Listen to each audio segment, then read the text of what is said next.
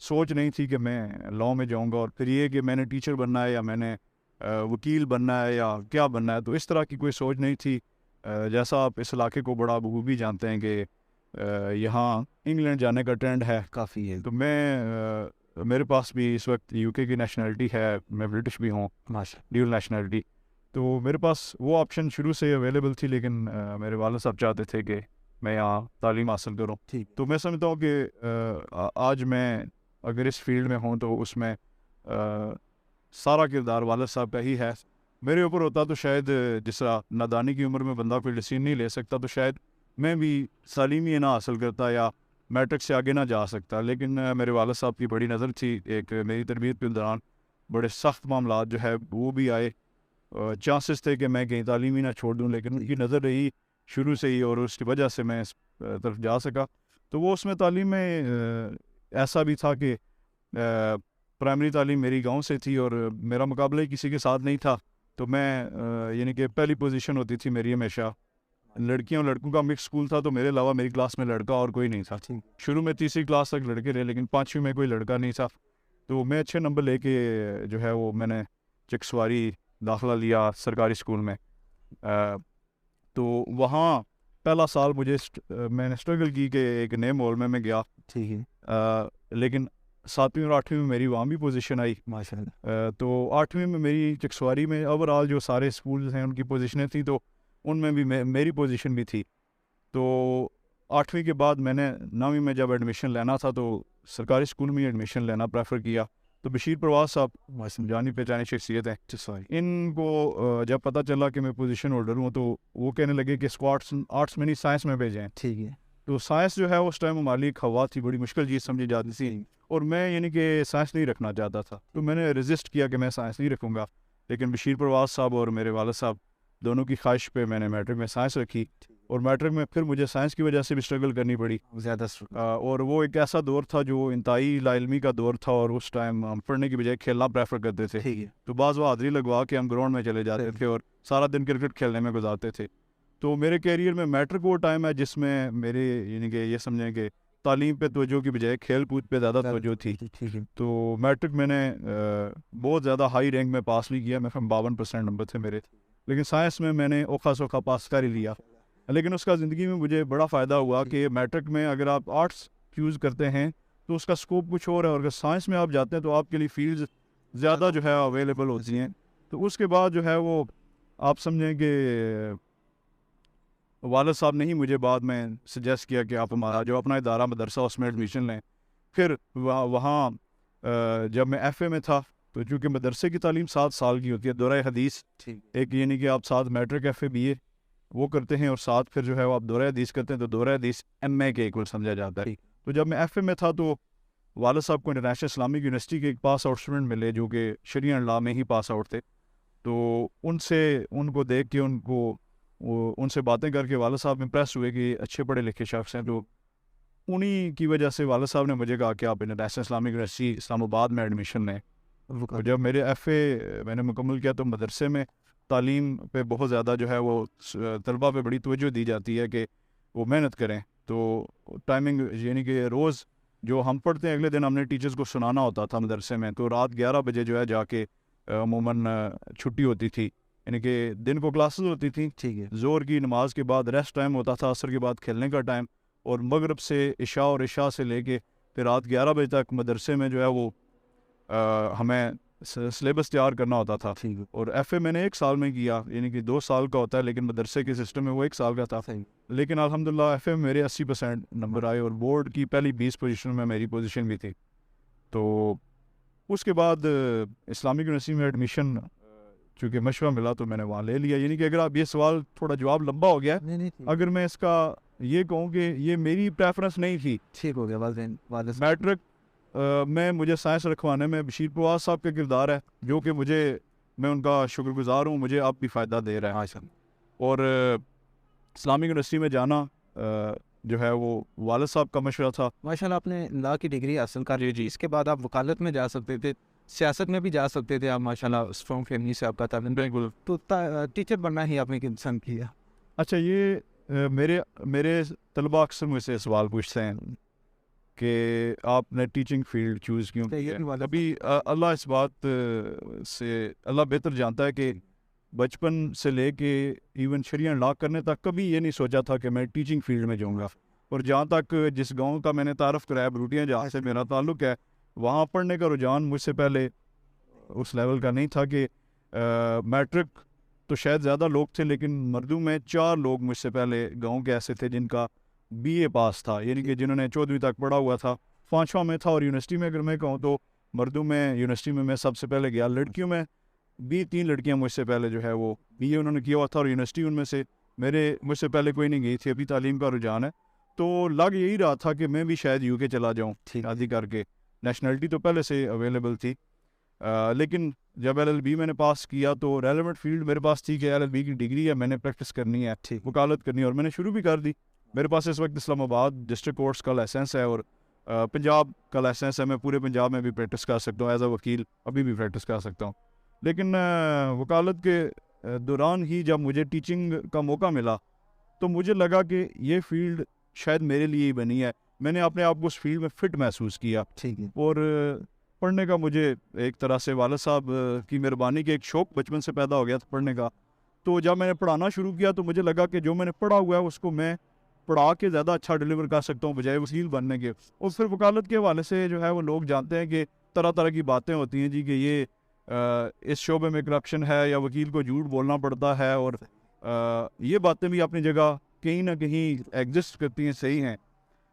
تو وہ ایک ایلیمنٹ بھی تھا. دوسرا میرے والد صاحب کا ایک جو ذاتی فیلڈ ہے وہ دین کے ساتھ ریلیٹڈ ہیں, وہ مفسر قرآن بھی ہیں, اور ہم بچوں کو دین کی تعلیم بھی فراہم کرتے ہیں. تو ایک طرح سے وہ پریشر بھی تھا کہ حاجی یونس صاحب کا بیٹا وہ وکالت کر رہا, اور لوگ آ کے کہتے تھے جی یہ کون سی فیلڈ میں آپ نے اپنا بچہ بھیج دیا ہے. ایک وہ پریشر بھی تھا. 2 چیزیں ہو گئیں کہ پہلے وکالت بدنام ہے, دوسرا والد صاحب کی وجہ سے ایک پریشر تھا کہ یہ شعبہ شاید صحیح نہیں ہے. اور کیونکہ اللہ کا فضل ہے, ہم مالی طور پہ ہمیں کوئی پریشانی نہیں ہے, مجھے جاب کی ضرورت نہیں تھی. پراپرٹی ہے, اس کے علاوہ ہماری رینٹل جو ہے وہ پراپرٹیز میں پلازا بھی ہے چکسواری بازار میں, تو ہمارا گزر بسر اچھے طریقے سے ہو سکتا اور ہے ابھی بھی. اس کے لیے کسی نوکری کی ضرورت نہیں تھی. لیکن یہ سوال لوگ پوچھتے ہیں تو میں پریکٹس کر رہا تھا وکالت اسلام آباد میں کر رہا تھا پریکٹس. لیکن جب مجھے ٹیچنگ کا موقع ملا تو مجھے لگا کہ ہاں اس فیلڈ میں فٹ ہوں. وکالت میں ڈگری ہونا اور بات, اور اچھا وکیل بننا ایک اور بات ہے. اور اس کے لیے ایک اچھا وکیل بننے کے لیے آپ کو کم از کم 5 سال بہت ہی زیادہ محنت و مشقت کرنی پڑتی ہے. کہ آپ کوئی کرانے کی دکان رکھتے ہیں نا, تو آپ وہاں کرانے میں لوگ آتے ہیں, پیسے دیتے ہیں, آپ چیز اٹھا کے دے رہے ہوتے ہیں, آپ کی اس میں ذاتی محنت سوائے انویسٹمنٹ کی اور نہیں ہوتی, باقی آپ کا اچھا اخلاق. لیکن وکالت میں آپ کی ذات ہوتی ہے جس کو آپ سیل کر رہے ہوتے ہیں. آپ اچھے ہوں گے تو لوگ آپ کو کیس دیں گے, آپ کی وننگ ریشو بنے گی, آپ کا ایک جو ہے وہ ساکھ بنے گی, تو لوگ آپ کے پاس آئیں گے. تو اس کے لیے وکالت میں شروع میں کوئی کمائی نہیں ہوتی. اور اس کے اضافی کیا ہوتا ہے جی, کہ آپ نے پہلے دن جب جوائن کرنی ہے کچہری, تو آپ نے عدالتیں کھلنے سے گھنٹہ پہلے جانا ہے, اور عدالتیں بند ہونے کے بعد اگلے دن کے کیسز تیار کر کے جانے. تو یہ جو ہے وہ سست لوگوں کا شعبہ نہیں ہے وکالت. اگر صرف کچہری میں جا کے ڈریس پہن کے آپ نے جا کے چائے پی کے دن گزارنا گپ لگا کے, وہ ہمارے جو ہے وہ سارے وکیل ایسا ہی کرتے ہیں. لیکن اگر آپ نے اچھا وکیل بننا ہے, بہترین وکیل بننا ہے, تو اس کے لیے وکالت ایک اسٹرگل ہے, بڑی محنت کرنی پڑتی ہے. اور کم 10 سال بعد یعنی کہ کمائی شروع ہوتی ہے.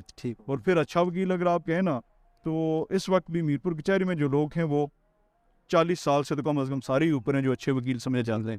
ان کے ڈگری لیتے ساتھ آپ اچھے وکیل نہیں بنتے, اور محنت آپ کو اچھا وکیل بناتی ہو. تو یہ ایک طرف سے یہ بھی ایک چیلنج تھا کہ کیا میں اتنی محنت کر سکوں گا.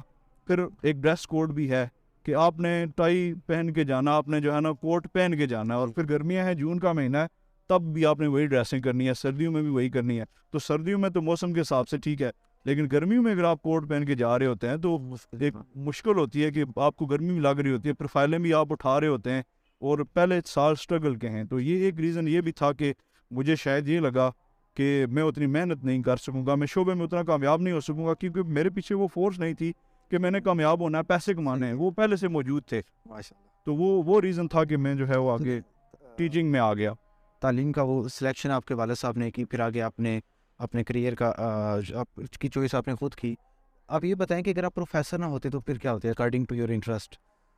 یہ یہ سوال بھی شاید ابھی میں اس پہ ابھی آپ کے سوال کے بعد سوچنا شروع کروں کہ اگر میں ایسا یہ نہ ہوتا تو میں کیا ہوتا. مجھے اپنی اسٹڈی مکمل کرنے کے بعد اتنا ٹائم ہی نہیں ملا کہ میں کسی الٹرنیٹیو آپشن کی طرف غور کروں کہ فوراً ہی میری اللہ کی فضل سے نوکری جو ہے وہ ہو گئی. لیکن جیسا کہ ہمارے اس سسٹم کے اندر اس علاقے میں چل رہا ہے نظام, تو شاید میں کوئی چھوٹا موٹا بزنس مین ہوتا, کوئی گاڑیوں کی کوئی شو روم کھول لیتا, گاڑیاں بیچ رہا ہوتا, زمین خرید و فروخت کر رہا ہوتا, شاید یو کے جا کے کوئی ٹیکسی چلا رہا ہوتا, کہیں کوئی محنت مزدوری کر رہا ہوتا. اگر اس شعبے میں نہ ہوتا تو زیادہ چانسز یہ تھے کہ میں کوئی بزنس پریفر کرتا, یا جو میری اسٹڈی تھی شاید میں وکیل ہی ہوتا اور پریکٹس کر رہا ہوتا. بہت شکریہ صاحب. ہم تھوڑا سا پاکستان کا جو نظام تعلیم ہے اس حوالے سے بات کریں گے, جس میں جو سب سے پہلی بات آتی ہے جو طلباء کو جس مشکل کا سامنا کرنا پڑتا ہے وہ ہوتا ہے کیریئر کاؤنسلنگ کے حوالے سے. جیسے کہ آپ نے بھی بتایا کہ آپ کی بھی جو ڈائریکشن تھی اس کا فیصلہ آپ کے والد صاحب نے کیا اور ماشاءاللہ آپ کامیاب رہے, لیکن ساری سٹوریز ایسے کامیاب نہیں ہوتی, بہت سے لوگ مطلب ناکام ہو جاتے ہیں. تو اس کا آپ کیا دیکھتے ہیں کہ یہ جو کیریئر کاؤنسلنگ کا فقدان ہے اس کی کیا وجہ ہے اور اس کا حل کیسے ممکن ہے, اور آپ اس کا قصوروار کسے ٹھہرائیں گے؟ میرا خیال ہے کہ یہ سوال بیس کرتا ہے ہمارے علاقے کی موجودہ صورتحال پہ. ہر جگہ پہ ایسا نہیں ہے کہ طلباء کو کیریئر کاؤنسلنگ کے مواقع اویلیبل نہ ہوں.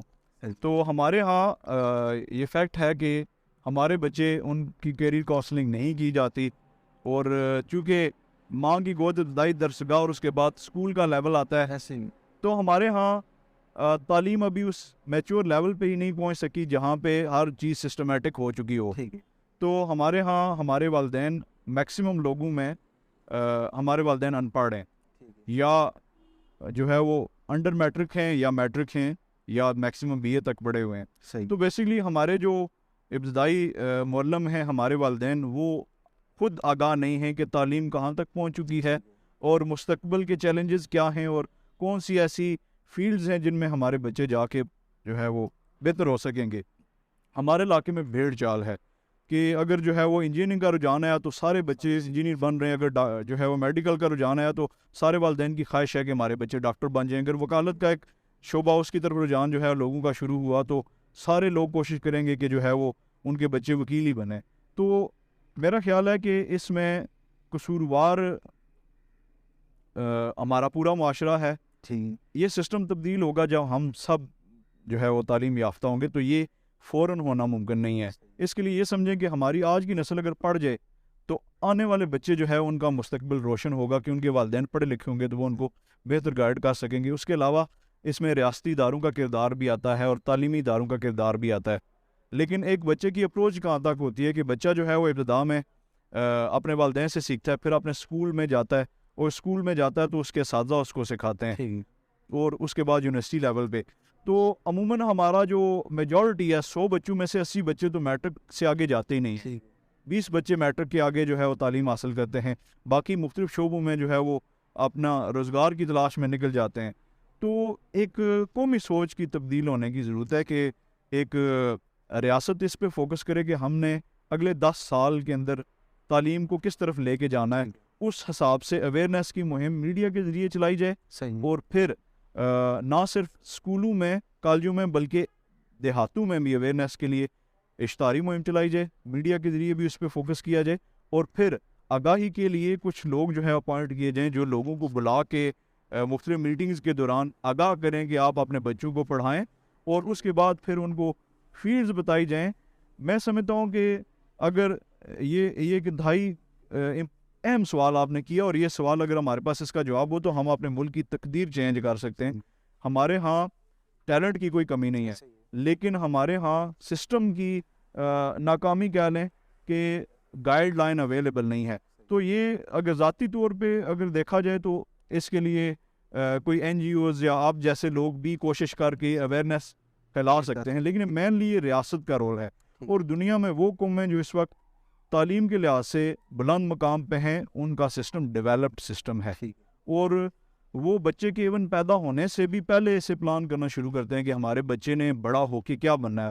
اور اس فیلڈ میں یہودی اسپیشلی بہت آگے ہیں, یہودی اسرائیل کے بھی, اور اوورال پوری دنیا میں جہاں جہاں بھی یہودی موجود ہیں تعلیم کے لحاظ سے سب سے زیادہ جو ہے وہ منظم یہ لوگ ہیں.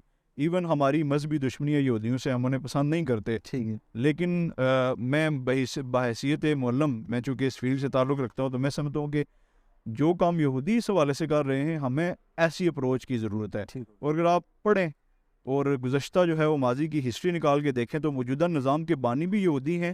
آپ کو ہر بڑی سائنسی تحقیق اور ہر نئی ایجاد کے پیچھے لامحالہ یہودیوں کا ہاتھ ملے گا، اور آپ کو ہر نوبل پرائز کے پیچھے میجورٹی اس نوبل پرائز وننگ جو ہے وہ ریشو میں یہودیوں کی وجہ کی جو یہ نام ون کر رہے ہیں. اب تو میں اس کو جو ہے وہ تھوڑا سا مزید بتانا یہ چاہوں گا کہ ہمیں بھی سسٹمیٹک وے میں پہلے ہے کہ یہودیوں نے ذاتی طور پہ کیا، ان کے لیے ملک نہیں تھا جو یہ مہم چلائے. آج اسرائیل ہے جو ملکی سطح پہ پالیسی بناتا ہے کہ ہمیں کس فیلڈ میں کتنے بچوں کی ضرورت ہے، کتنے بچے ہم نے فوجی بنانے، کتنے ڈاکٹر بنانے، کتنے سائنٹسٹ بنانے، وہ ریاست کر رہی ہے. لیکن ذاتی طور پہ یہودی والدین بھی جو ہے وہ اپنے بچوں پہ فوکس کر رہے تھے. تو آج اگر ہم یہ کر سکیں تو ہم دو طرح سے اس کو اچیو کر سکتے ہیں کہ ہمارے والدین فیصلہ کر لیں کہ ہم نے اپنے بچے کو کہاں لے کے جانا ہے، اور بچے کی پیدائش سے پہلے کا یہ سسٹم ہے. ہم جن چیزوں پہ فوکس نہیں کر رہے ہوئے ہے کہ بچہ جب ماں کے پیٹ کے اندر ہوتا ہے تو وہاں سے اس کی مینٹلٹی ڈیولپ ہونا شروع ہوتی ہے. تو یہودیوں کی جب میں نے بات کی تو ریسرچ میں یہ ہے کہ وہ اب جو خواتین حاملہ ہوتی ہیں، پریگننٹ وومنس، ان کا خیال اس طرح رکھتے ہیں کہ ان کے پیٹ کے اندر موجود بچہ جو ہے اس کے ذہن پہ اس کے اثرات مرتب ہیں. تو وہ عورت جو ہے وہ اس کو وہ اچھے کاموں میں لگاتے ہیں، وہ محنت مشقت بھی کرتی ہے، وہ تعلیم جو ہے اس ٹائم وہ ریڈنگ ہیبٹ بھی ڈیولپ کرتی ہے، اور کھانا پینا بھی اسٹرانگ رکھتی ہے. اس سب کا کیا ہوتا ہے، اس کو اسٹریس سے فری رکھا جاتا ہے تاکہ جو اس کے پیٹ کے اندر بچہ ہے وہ ایک صحیح سالم ذہنی اور جسمانی طور پہ صحیح بچہ جو ہے وہ پیدا ہو جائے. وہ پیدا ہو جاتا ہے تو اس کے بعد اس کی پیدائش سے لے کے اس کے بڑے ہونے تک اس کو والدین جو ہے وہ مینٹلی کیا کہتے ہیں کہ رہنمائی کرتے ہیں کہ اس نے کس طرف جانا، اور وہاں سے طے شدہ ہوتا ہے. یہ نہیں ہے کہ بیڑ چال کے سب ہی انجینئر بنے، سب ہی ڈاکٹر بنے.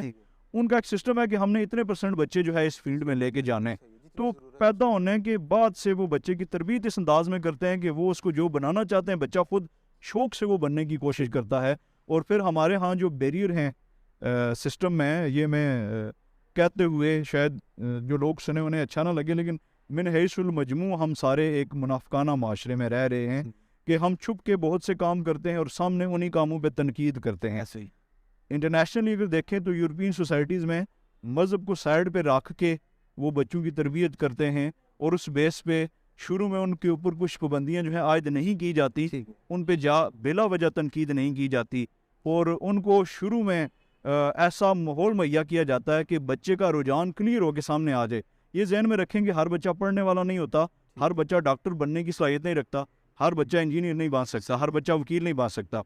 تو یورپین سوسائٹی میں جہاں دیکھا، وہ اپنے بچے کو شروع میں جج کر لیتے ہیں کہ اس کا رجحان کس طرف ہے. پھر وہ اس کو مجبور نہیں کرتے کہ تم جو ہے اگر جو ہے وہ فوٹوگرافی کا تمہارا شوق ہے تو ہم نے تمہیں ڈاکٹر ہی بنانا ہے. اس رجحان کی یہاں بھی ضرورت ہے. تو میں سمجھتا ہوں کہ یہاں آپ جیسے پڑھے لکھے لوگ بھی اس میں کردار ادا کریں، این جی اوز بھی کردار ادا کریں.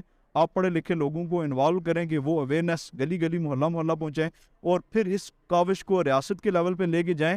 آپ این جی اوز کے لیول سے، میڈیا کے لیول سے ریاست سے درخواست کریں کہ وہ اس سسٹم کو جو ہے وہ لوگوں تک، لوگوں میں اویئرنیس لے کے، اور باقاعدہ جیسا یورپین سوسائٹیز میں ہے کہ آپ طے کریں کہ اگلے 10 سال میں آپ کو کس فیلڈ میں کتنے لوگ چاہیے.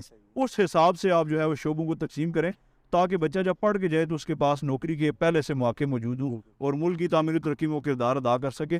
خطے میں ٹیلنٹ کی کمی نہیں ہے. اس وقت بھی دنیا کے 20 ٹاپ ایمرجنگ کنٹریز جن کی اکانومی اوپر ہے، اس میں آپ کو پاکستانی اور کشمیریوں کا کردار نظر آئے گا. جی ابھی نیکسٹ سوال. ابھی ہم پاکستان کے نظام تعلیم کی بات کریں تو کیا وہ موجودہ دور کے اصل کے مطابق ہے، اور کیا، اور بینگ اے ٹیچر آپ نے کیا فیل کیا ہے کہ جو ہمارا نظام تعلیم ہے اس کو کس طرح کے چیلنجز کا سامنا کرنا پڑ رہا ہے، ان کا حل کیسے ممکن ہے؟ میں جو بھی آپ کو بتاؤں گا وہ میرے اپنے تجربے پہ، میری اپنی تعلیم پہ، میری اپنی تربیت پہ بیس کرتا ہوگا. یہ کوئی حتمی بات نہیں ہوگی. میں جو بھی کہوں گا اس پورے انٹرویو کے دوران میں جو بھی باتیں کر رہا ہوں وہ میری ذاتی رائے ہیں. کوئی بھی شخص ان سے اختلاف جو ہے وہ کر سکتا ہے. تو یہ سوال، یہ بھی انتہائی اہم سوال ہے. ایک ٹیچر ہونے کی حیثیت میں اس نتیجے پہ پہنچا ہوں کہ پاکستان اور آزاد کشمیر کا جو نظام تعلیم ہے یہ اپنے مقاصد حاصل نہیں کر رہا. اور اس میں ہمارا جو فوکس ہے وہ لوگوں کو رٹا لگوانا ہے، بجائے اس کے کہ ان کی جو سکلز ہیں، ان کی صلاحیتیں ہیں، ان کو پالش کیا جائے. اس وجہ سے ہم اچھے کلرک تو پیدا کر رہے ہیں لیکن ہمارے ہاں سائنٹسٹ پیدا نہیں ہو رہے, انجینئرز بائی برتھ پیدا نہیں ہو رہے. ہم اپنے ٹیلنٹ کو ضائع کر رہے ہیں. جیسے میں نے تھوڑی دیر پہلے بھی بتایا کہ ہمارے ہاں صلاحیت کی کمی نہیں ہے. پاکستان وہ ملک ہے جو دنیا میں جوان لوگوں کے ریشو کے لحاظ سے سب سے بڑی جوان لوگوں کی تعداد رکھتا ہے. یعنی کہ آپ جب آبادی کا تناسب کہتے ہیں کہ فلاں ملک کی آبادی اتنے کروڑ ہے تو آپ بچوں کی بات بھی کر رہے ہوتے ہیں, آپ بوڑھوں کی بات بھی کر رہے ہوتے ہیں, آپ عورتوں کی بات بھی کر رہے ہوتے ہیں, آپ ہر طبقے کے لوگوں کی بات کر رہے ہوتے ہیں, ہر عمر کے لوگوں کی بات کر رہے ہوتے ہیں. پاکستان میں جہاں آپ 22 کروڑ عوام کی بات کرتے ہیں تو پاکستان میں ینگ لوگوں کی ریشو 15 سال سے لے کے 30 سال کی عمر کے لوگوں کی ریشو باقی ممالک کی نسبت زیادہ ہے. تو اس سسٹم کے حساب سے ہمارا جوان, پہلی بات یہ ہے کہ اگر آپ یہ دیکھیں کہ کیا پاکستان میں ہر نوجوان پڑھ رہا ہے تو آپ کا جواب یہ ہوگا کہ نہیں, ہر نوجوان نہیں پڑھ رہا, کیونکہ ہمارے ہاں بہت سے لوگوں کو نوجوانی کی عمر سے ہی گھر کے معاشی مسائل کا سامنا ہوتا ہے اور وہ پڑھنے کی بجائے پیٹ پالنے کی طرف ان کی دھیان زیادہ ہوتا ہے. یہ ایک حقیقت بھی ہے کہ جب تک آپ کا پیٹ بھرا ہوا نہیں ہوگا آپ کسی اور طرف توجہ نہیں دے سکیں گے. تو ہمارے بہت سے قابل ذہن جو ہے وہ اپنی معاشی مجبوریوں کی وجہ سے تعلیم کی طرف جانے کی بجائے نوکریوں کی طرف, ان کا محنت مزدوری کی طرف دھیان ہوتا ہے تاکہ وہ کچھ کما کے اپنے گھر والوں کو دے سکیں. پھر جو لوگ تعلیمی شعبے میں چلے جاتے ہیں وہ بھی پہلے سے ذہن بنائے ہوئے ہوتے ہیں کہ ہم نے یہ بننا ہے. ابھی جیسا میں پہلے بات کر چکا ہوں کہ جیسا میں خود ابھی تعلیمی شعبے میں ہوں لیکن مجھے بچپن میں نہیں بتایا گیا یا میری بچپن میں یہ سوچ نہیں تھی, کبھی نہیں سوچا تھا کہ میں جو ہے جا کے ایک ٹیچر بنوں گا. نہ میں نے کبھی, مجھ سے جب کو پوچھتا تھا کہ آپ بڑے ہو کے کیا بنیں گے تو میں نے کبھی نہیں کہا کہ میں ایک یونیورسٹی ٹیچر بنوں گا. سمجھے کہ زندگی مجھے یہاں پہ لے آئی ہے. ہمارے ہاں اکثر ہوتا ہے کہ 90% کیسز میں ہمیں زندگی جہاں لے کے جاتی ہے وہاں چلے جاتے ہیں, ہم خود سے فیصلہ کر کے اسٹرگل کر کے اپنی منزل پہ نہیں پہنچتے. تو نظام تعلیم ہمیں وہ 80% لوگ تو ہمارے پہلی میٹرک لیول پہ پیچھے چلے گئے, 20% لوگ یونیورسٹیز تک پہنچتے ہیں. ان 20% لوگوں میں سے بھی بے شمار ایسے ہوتے ہیں جن کو پہلے سے کوئی گائیڈ لائن اویلیبل نہیں ہوتی, تو وہ ایسے شعبے میں ہوتے ہیں جس میں وہ پہلے سے مس فٹ ہے. ٹھیک ہے, اس شعبے کی طرف ان کا رجحان ہی نہیں ہے, تو وہ ڈگری لے کے بھی کامیاب نہیں ہوتے کیونکہ اپنے شعبے کے ساتھ جس میں انہوں نے ڈگری حاصل کی ہے اس کی طرف ان کا ذاتی, دلی اور جذباتی میلان یا ذہنی میلان ہی نہیں ہوتا. تو وہ مجبوراً اس شعبے کے ساتھ لنک ہوتے ہیں, اور جب آپ مجبوری کی وجہ سے کوئی شعبہ اختیار کرتے ہیں تو آپ اس میں انوویشن لے کے نہیں آ سکتے, آپ بس ٹوٹل پورا کر رہے ہوتے ہیں, آپ ٹائم گزار رہے ہوتے ہیں. پاکستان کے نظام تعلیم کی خامی یہ ہے کہ حکومت جو ہے وہ ایک تو سسٹم آؤٹ ڈیٹڈ ہے. یہ ایک ایسا سوال تھا کہ اگر میں اس کا وہ انگریزوں کے دور سے یا مغلوں کے دور سے جواب دیتا تو سچویشن زیادہ بہتر سمجھ آتی. ہمارے ہاں ایک نظام تعلیم بھی نہیں ہے, ہمارے ہاں کم از کم 4 نظام تعلیم ہے. اس وجہ سے آپ کے بچے جو ہے وہ ایک جیسے نہیں ہیں. پہلی بات یہ کہ یہاں مغل دور حکومت کا ایک سرکاری نظام تعلیم تھا, فارسی قومی زبان تھی. مغلوں کو جب ڈکلائن یعنی کہ شکست ہوئی, انگریزوں کا نظام, انگریز جو ہے وہ پاور میں آئے تو انہوں نے موجودہ نظام تعلیم کی داغ بیل ڈالی. تو مغل دور حکومت کا جو نظام تھا جو مدارس کی شکل میں موجود ہے, ہمارے ہاں جو مذہبی مدارس ہیں وہ اس دور کے نظام تعلیم کو جو مغل دور حکومت میں تھا اس کو فالو کر رہے ہیں. دوسری طرف آپ کے پاس انگریزوں کا چھوڑا ہوا نظام کانوینٹس کی شکل میں موجود ہے اور مشنری سکولز کی شکل میں موجود ہے. تیسری طرف آپ کے پاس جو ہے وہ آپ کا قومی نظام تعلیم موجود ہے جس میں پرائیویٹ سکولز کا اپنا نظام تعلیم ہے اور سرکاری کالج, سرکاری سکولوں کا اپنا نظام تعلیم ہے. تو آپ کے پاس مدارس ہیں, آپ کے پاس انگریزی سکول ہے, آپ کے پاس پرائیویٹ سکول ہیں انگریزی سکول سے ہٹ کے, مشنری سکول سے ہٹ کے, اور آپ کے پاس سرکاری سکول ہیں. ان سب کا سلیبس سیم نہیں ہے. ابھی بچہ آپ کا ہو سکتا ہے کہ ایک بچے یعنی کہ عقل سلیم ہر بچے کے پاس ہے, بنیادی بیسک انٹلیکٹ ہر بچے کے پاس ہے. ابھی یہ ڈیپینڈ کرتا ہے کہ آپ اس کو کہاں بھیج رہے ہیں. ہمارے ہاں جو عمرا کے بچے ہیں, عمرا نے پہلے طے کیا ہوا ہے, رئیس لوگوں نے پہلے طے کیا, پیسہ ان کے پاس ہے, وہ اچھی تعلیم افورڈ کر سکتے ہیں. وہ اپنے بچوں کو کانوینٹ اسکول میں بھیجتے ہیں جہاں پہلے دن سے ہی فوکس کیا جاتا ہے کہ انہوں نے ایمبیسڈر بننا ہے, انہوں نے پولیٹیشین بننا ہے, انہوں نے لیڈ کرنا ہے قوم کو. تو ان کی تربیت اس سینس میں ہو رہی ہوتی ہے کہ انہوں نے آگے قوم کو لیڈ کرنا ہے. تو ان کو جو سکھایا جاتا ہے وہ ہمارے بیسک لیول پہ سرکاری اسکولوں میں نہیں سکھایا جاتا. اور یہ دیکھیں کہ ہمارا المیہ یہ ہے کہ ہمارا جو آپ کے ملک کا وزیر تعلیم ہوگا اس کا بچہ سرکاری ادارے میں نہیں پڑھ رہا ہوگا, آپ کا جو وزیر صحت ہوگا وہ اپنا علاج کرانے بیرون ملک جائے گا. ہم میں اپنے سسٹم پہ اعتبار ہی نہیں ہے. تو جو شخص جو ہے جس کی ذمہ داری ہے کہ سسٹم سیٹ کرے، اگر وہ خود سسٹم سے مطمئن نہیں تو آپ عوام کے بارے میں کیا سوچ سکتے ہیں. تو ہمارا سسٹم جو ہے وہ آؤٹ ڈیٹڈ ہے. پہلے یہ ہے کہ یہ جو ہے وہ ایک جیسا نہیں ہے. ضرورت پہلے اس کو ایک جیسا کرنے کی ہے. ہمارے گول طے نہیں ہے کہ ہم قومی سطح پہ کیا اچیو کرنا چاہ رہے ہیں. پھر مدارس والوں کو جو ہے وہ مذہب پڑھایا جاتا ہے اور مذہب میں تشدد وہ سیکھ کے آتے ہیں. بیلنس نہیں ہے. مدارس سے پڑھنے والے لوگ ان کو لوگ مذہبی متشدد سمجھتے ہیں. سب جگہ پہ ایسا نہیں ہے. اچھے ادارے بھی ہیں جن میں ایسے لوگ ہیں جو سوچ کے اپنے بچوں کو پاس آؤٹ کر رہے ہیں کہ فیوچر میں ان کو کن چیلنجز کا سامنا ہے. لیکن مدارس کی اکثریت چندوں پہ چل رہی ہے اور خاص مکتبہ فکر کے لوگ ان کو چلا رہے ہیں. تو ایک جو ہے وہ پروپیگنڈے کی تعلیم حاصل کرنے کے بعد مدارس کے بچے متشدد مذہبی بچے ہوتے ہیں اور وہ سوسائٹی میں مس فٹ ہوتے ہیں. اور اگر آپ ایک کانوینٹ کے بچے کو اور ایک جو ہے وہ سرکاری بچے کو بٹھائیں تو دونوں ذہنی سطح دونوں کی سیم ہوگی لیکن تربیت دونوں کی سیم نہیں ہے. تو نظام تعلیم سیم نہیں ہے. سب سے پہلی ضرورت ہے کہ نظام تعلیم جو ہے برابر کیا جائے. پھر پاکستان اور آزاد کشمیر سیاسی سطح پہ اس پوزیشن میں ہیں کہ پاکستان کی سالمیت دو چیزوں پہ بیس کر رہی ہے. ان میں ایک پہلی چیز اگر ہم دیکھیں تو ہم دو قومی نظریے کی وجہ سے پاکستان وجود میں آیا اور آج ہمارے اندر جو جوائنٹنگ فورس ہے ہم کو جو چیز ہمیں اکٹھا رکھ رہی ہے وہ اسلام ہے. اگر پاکستان میں اسلام کو نکال دیا جائے تو پنجابیوں کا کلچر بلوچوں پٹھانوں اور سندھیوں سے مختلف ہے اور کشمیری ان کا اپنا کلچر ہے. تو ہماری ہر چیز مختلف ہے. جو چیز ہمیں جوائنٹ کر رہی ہے وہ ہمارا مذہب ہے. تو مذہب ہمیں مشترک رکھ رہا ہے. دوسرا 5 مختلف ایتھنیکل گروپس کو جب آپ اکٹھا رکھ رہے ہیں، کشمیری مختلف ہیں، پنجابی سندھی بلوچی پٹھان ایک دوسرے سے ہر چیز میں مختلف ہیں سوائے مذہب کے.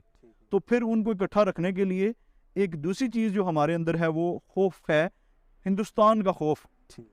ہمارے اندر یہ ڈالا گیا. ہماری یعنی کہ تعلیمی پالیسی ان دو چیزوں پہ بیس کر رہی ہے کہ بچوں کو جب پڑھائیں تو اس کو مذہب سکھائیں تاکہ ملک اکٹھا رہ سکے. اس لیے ہمارے نظام تعلیم میں مذہب کو ایک اہم پوائنٹ حاصل ہے.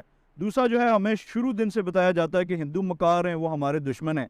یہ ایک طرف سے مجبوری بھی ہے اور دوسری طرف ہے یہ رانگ پروپیگنڈا. ہمیں جو پڑھایا جاتا ہے وہ ہمیں تصویر کا آدھا رخ دکھایا جاتا ہے. اسی وجہ سے ہمارے جب لوگ پڑھ کے فارغ ہوتے ہیں تو وہ آدھے تیتر اور آدھے بٹیر ہوتے ہیں. اس لیول پہ جب میں پڑھا رہا ہوں تو پڑھانے کے لیے مجھے پہلے پڑھنا پڑتا ہے اور جب میں پڑھتا ہوں تو مجھے پتہ چلتا ہے کہ ہاں وہ جو مطالعہ پاکستان ہم پڑھ کے آئے ہوئے ہیں اس میں یہ باتیں جو ہمیں بتائی گئی یہ تو ان کی تو بیسک غلط ہے. یہ باتیں تو ایسے تھی نہیں. آدھی تصویر دکھائی جاتی ہے، آدھی تصویر تو دکھائی نہیں گئی. تو پہلی بات یہ ہے کہ ہم جو پڑھ بھی چکے ہیں ہم پڑھ کے بھی آدھے تیتر آدھے بٹیر ہیں کیونکہ سسٹم ہم سے جو چاہ رہا ہے سسٹم ہمیں جو ہے وہ ملک کا وفادار بنانے کے لیے جو پڑھا رہا ہے وہ آدھا پڑھا رہا ہے، پوری تصویر ہی نہیں دکھا رہا. تو یہ ایک المیہ ہے. یہ نہ میرے بس کی بات ہے نہ آپ کے بس کی بات ہے. اس کے لیے اللہ کے فضل کی اور انقلاب کی جو ہے وہ ضرورت ہے کہ یہ نظام چینج ہو جائے. پہلے ہمارا نظام تعلیم ایک جیسا ہو، پھر اس کے اندر سے پروپیگنڈے کو ختم کیا جائے اور پھر قومی گول طے کیے جائیں کہ آپ نے بچوں کی ذہنی صلاحیتوں کے حساب سے ان کو کس طرف لے کے جانا ہے. پھر ہم جو ہے وہ اور پھر رٹو طوطے پیدا کرنے کی بجائے آپ دیکھیں کہ آپ کے بچوں کی سکلز کیا ہیں، آپ کا بچہ کس فیلڈ میں زیادہ بہتر پرفارم کر سکتا ہے. تو یہ ہوتا ہوا نظر نہیں آ رہا. فرد واحد اس کو تبدیل نہیں کر سکتا. اس کے لیے قومی سوچ کی ضرورت ہے اور ریاستی کاوشوں کی ضرورت ہے. اور آج ہماری ریاست جو ہے وہ انٹرنیشنلی ایسے کیا سمجھتے ہیں کہ انتشار کا شکار ہے کہ پاکستان اگر ان سارے معاملات سے نکل جائے، پاکستان اگر جو ہے وہ اپنی معاشی مجبوریوں سے نکل جائے، پاکستان مذہبی تشدد سے نکل جائے تو پاکستان کہاں جا سکتا ہے. یہ یعنی کہ کہنے کی باتیں ہیں. پاکستان میں لوگ اتنے قابل ہیں کہ وہ دنیا کی سپر پاور بننے کی صلاحیت رکھتے ہیں لیکن انٹرنیشنلی پاکستان کو الجھا کے رکھا جا رہا ہے.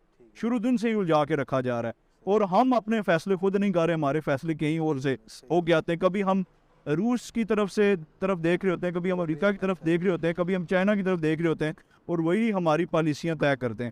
تو یہ جو ہے اس کے لیے میں سمجھتا ہوں کہ اللہ کا فضل ہو تو ہم بدلیں گے یا کوئی خونی انقلاب ہو تو ہم بدلیں گے. بصورت دیگر ہم اسی سسٹم میں چلتے رہیں گے اور جگاڑو قوم ہم ہیں، ہم جگاڑ سے چلتے ہیں، وہی سسٹم چلتا رہے گا. اور چند آپ جیسے لوگ جو ہیں وہ جو ملک کا درد رکھتے ہیں وہ اس پہ سوچ کے بات کریں گے.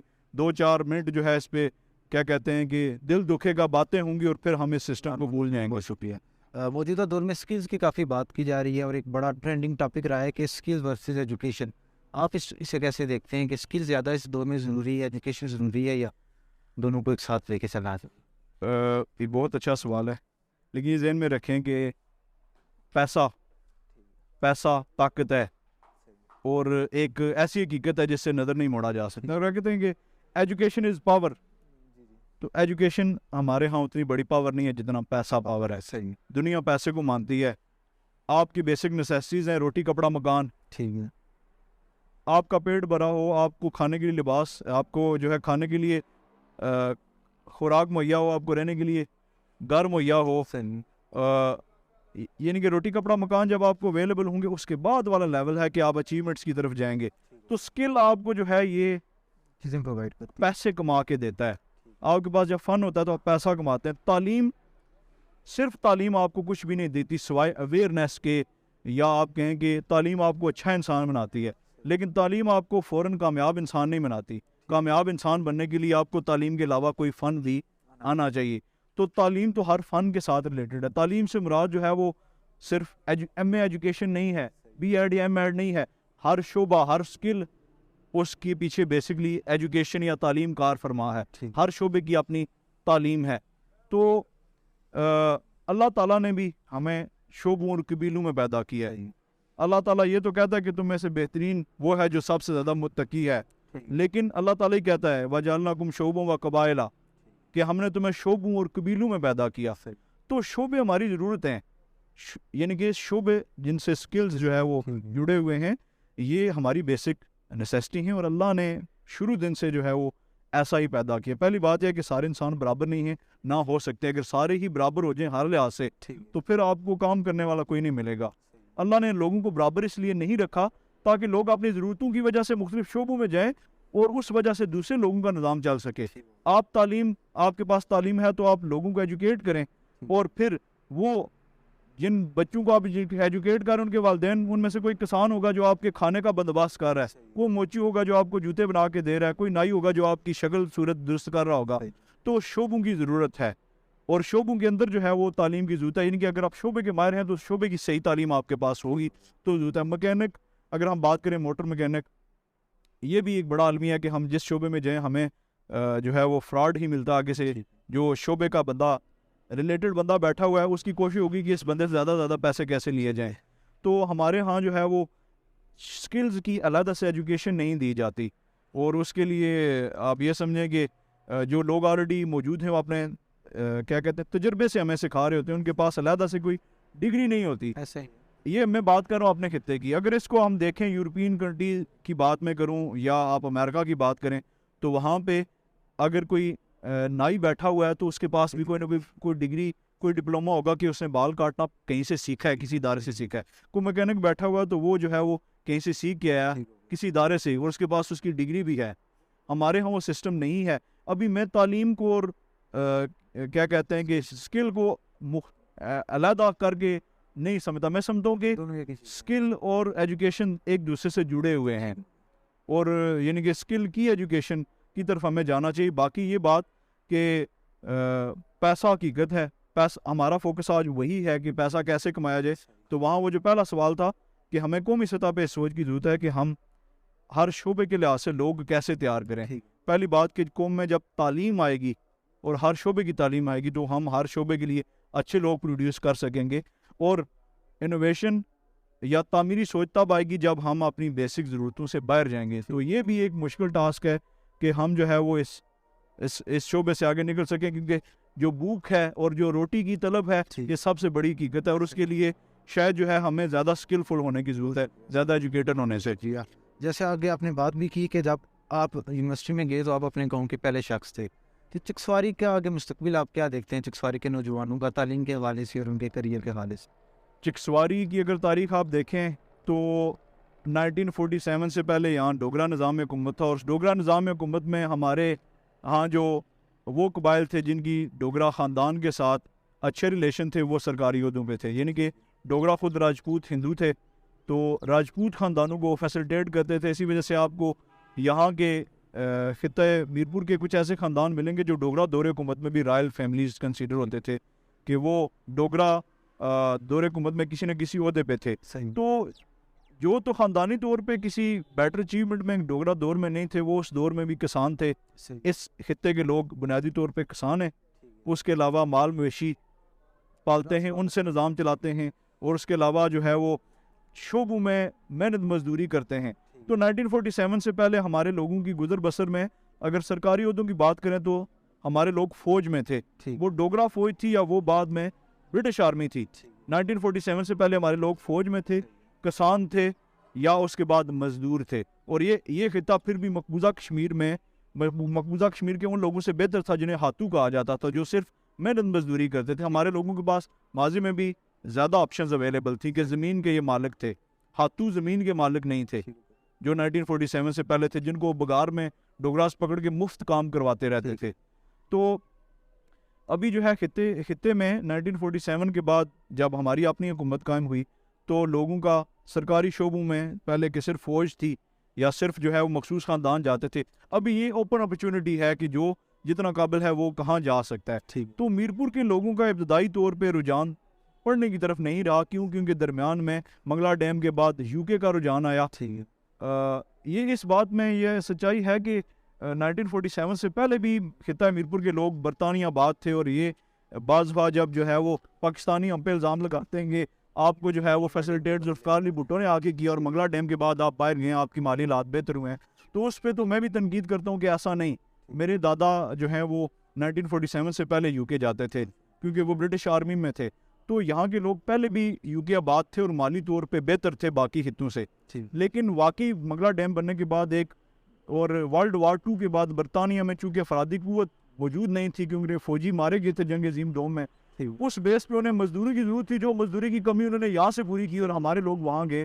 اس کے بعد ایک رجحان بن گیا کہ پیسہ جب اویلیبل ہے تو پڑھنے کی کیا ضرورت ہے, اور ہمارا ہر نوجوان جب وہ جو ہے وہ 10-15 سال کی عمر کو پہنچتا تھا تو اس کا یہی شوق ہوتا تھا کہ میری شادی ہو جائے اور میرا ویزا ہو جائے اور میں وہاں جا کے محنت مزدوری کروں.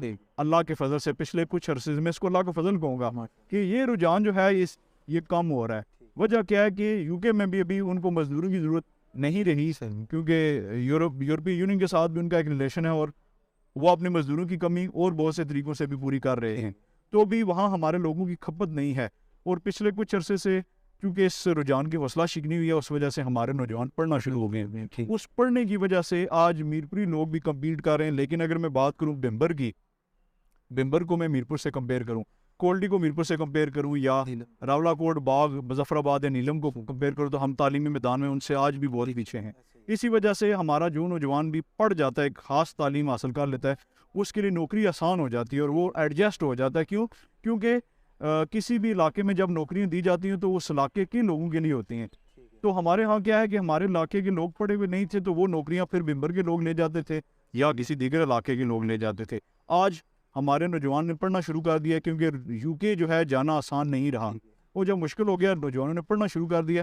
تو میں سوچتا ہوں کہ زیادہ نہیں 10 سال بعد آپ کو خطۂ چکسواری, خطۂ میرپور کے لوگوں میں بھی بیسک لیول کی تعلیم جو ہے وہ نظر آئے گی. ہمارے موجودہ بچے پڑھ رہے ہیں اور کچھ عرصے بعد انشاءاللہ ہم بھی باقی آزاد کشمیر کے اضلاع کے مقابلے میں تعلیم یافتہ ہو جائیں گے اور پھر ہر شعبے میں ہمارے لوگوں کی نمائندگی ہوگی. اس وقت بھی تقریباً ہر شعبے میں اکا دکا لوگ ہمارے موجود ہیں, لیکن وہ پوزیشن نہیں ہے کہ اگر 100 سیٹیں میرپور کے لوگوں میں ہیں تو سارے میرپور کے ہی لوگ جو ہے اس پہ فائز ہوں.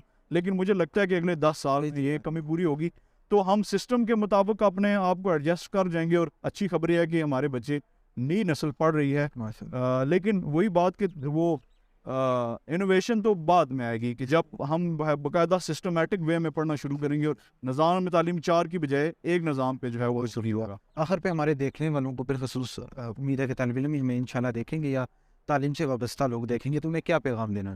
یہ ایک مشکل سوال ہے اور میں کوئی اتنا مہان انسان نہیں ہوں کہ میں کوئی ایسا قومی پیغام دوں کہ جس کی وجہ سے میں کہوں کہ نسلیں جو ہے وہ تبدیل ہو جائیں. ٹھیک ہے, میں سمجھتا ہوں کہ ہمارے جو ہے وہ سوسائٹی میں اویئرنیس کی کمی ہے اور اس اویئرنیس کی کمی کو پورا کرنے کے لیے ملکی کوششوں کی بھی ضرورت ہے اور انفرادی کوششوں کی بھی ضرورت ہے. تو میرا جو لوگ اس انٹرویو کو سنیں وہ جس لیول پہ بھی ہوں, میری ان سے درخواست ہے کہ اپنے عزیز و اقارب اپنے بچوں کو پڑھائیں. ٹھیک. جب وہ پڑھ لیں گے تو قوم کی سوچ تبدیل ہوگی. جب قوم کی سوچ تبدیل ہوگی تو ہم ہر شعبے میں کامیاب ہوں گے. جب تک تعلیم نہیں ہوگی تب تک اویئرنیس نہیں ہوگی. جب اویئرنیس نہیں ہوگی تو ہم لا علم ہوں گے, اور لا علم ہونے کی وجہ سے ہم اپنا نقصان کریں گے. تو جو شخص جتنا کر سکتا ہے وہ اپنا حصہ ڈالے, اور لوگوں میں اویئرنیس جتنا وہ جانتا ہے اتنا لوگوں کو بتائے. اور پھر جو لوگ خود جو ہے وہ اویئر نہیں ہیں تعلیم کے لحاظ سے, انہیں نہیں پتہ کہ کون سا شعبہ کتنا کامیاب ہے, ہمارے ملک کو کون سے شعبے میں لوگوں کی ضرورت ہے, جن لوگوں کو خود نہیں پتہ وہ لوگوں سے جو ہے وہ رابطہ کریں, پڑھے لکھے لوگوں کو انگیج کریں. آپ کو بھی میں یہ کہوں گا کہ جیسا آپ نے آپ آج مجھے جو ہے یہاں بلا رہے ہیں, آپ نے مجھے یہاں بلایا, مجھے موقع دیا کہ میں اپنے جو ہے وہ تجربے کو شیئر کر رہا ہوں. یہاں بڑے قابل لوگ موجود ہیں, ہر شعبے میں بہترین لوگ موجود ہیں جو ہے, تو آپ ایسے لوگوں کو انوائٹ کریں اور اویئرنیس کمپین چلائیں جس لیول پہ بھی آپ چلا سکیں. آپ جب میٹرک کا ایگزام رزلٹ ڈکلیئر ہو جائے, آپ چکسواری لیول پہ, اپنے گاؤں کے لیول پہ ایک چھوٹی سی میٹنگ بلا کے وہاں نوجوانوں کو بلائیں, وہاں مجھے بلا لیں, میرے جیسے کسی اور جو ہے وہ شخص کو جو اس شعبے سے تعلق رکھتا ہے اسے بلائیں, اور اسے کہیں کہ لوگوں کو جو ہے وہ بتائے کہ ان کے لیے کون سی مستقبل کی فیلڈ سوٹیبل ہیں. تو اویئرنیس جس لیول پہ آپ پھیلانا چاہیں آپ اس میں اپنا ضرور کردار ادا کریں. ہر شخص اس میں اپنا کردار ادا کرے, اور ذاتی حیثیت میں کوئی شخص بھی نکمہ نہیں ہے. ہر شخص ریاست کے لیے کچھ نہ کچھ ضرور کر رہا ہے. ضرور اس عمر کی یہ ہے کہ ہم اس سسٹمیٹک وے میں کریں, اور سسٹمیٹک وے میں سب سے ضروری ہے تعلیم. تو اپنے بچوں کو پڑھائیں. یہ مت سوچیں کہ آپ کا بچہ پڑھے گا تو نوکری ملے گی یا نہیں ملے گی. نوکری نہ بھی ملے تو اویئرنیس ضرور ملے گی, اور اویئرنیس جو ہے وہ ہمیں اپنا مستقبل طے کرنے میں مدد دیں گی. بہت شکریہ. بہت شکریہ سر آپ کے وقت کا. تو آپ تھے ہمارے ساتھ نفیس احمد خان صاحب, جو کہ تعلیم کے حوالے سے بات کر رہے تھے. لا کے حوالے سے بھی آپ نے ہمارے سوالوں کے بڑے احسن انداز میں جوابات دیے. انشاءاللہ اس طرح کے مزید پروگرام بھی آپ کی خدمت میں ہم پیش کرتے رہیں گے. کمنٹ سیکشن میں آپ اپنی رائے کا اظہار کر سکتے ہیں کہ ہم اپنے اس پروگرام کو کس طرح بہتر کریں. انشاءاللہ ایک نئی ویڈیو میں آپ سے ملاقات ہوگی. دعاؤں میں یاد رکھیے گا. فی امان اللہ. السلام علیکم ورحمۃ اللہ وبرکاتہ.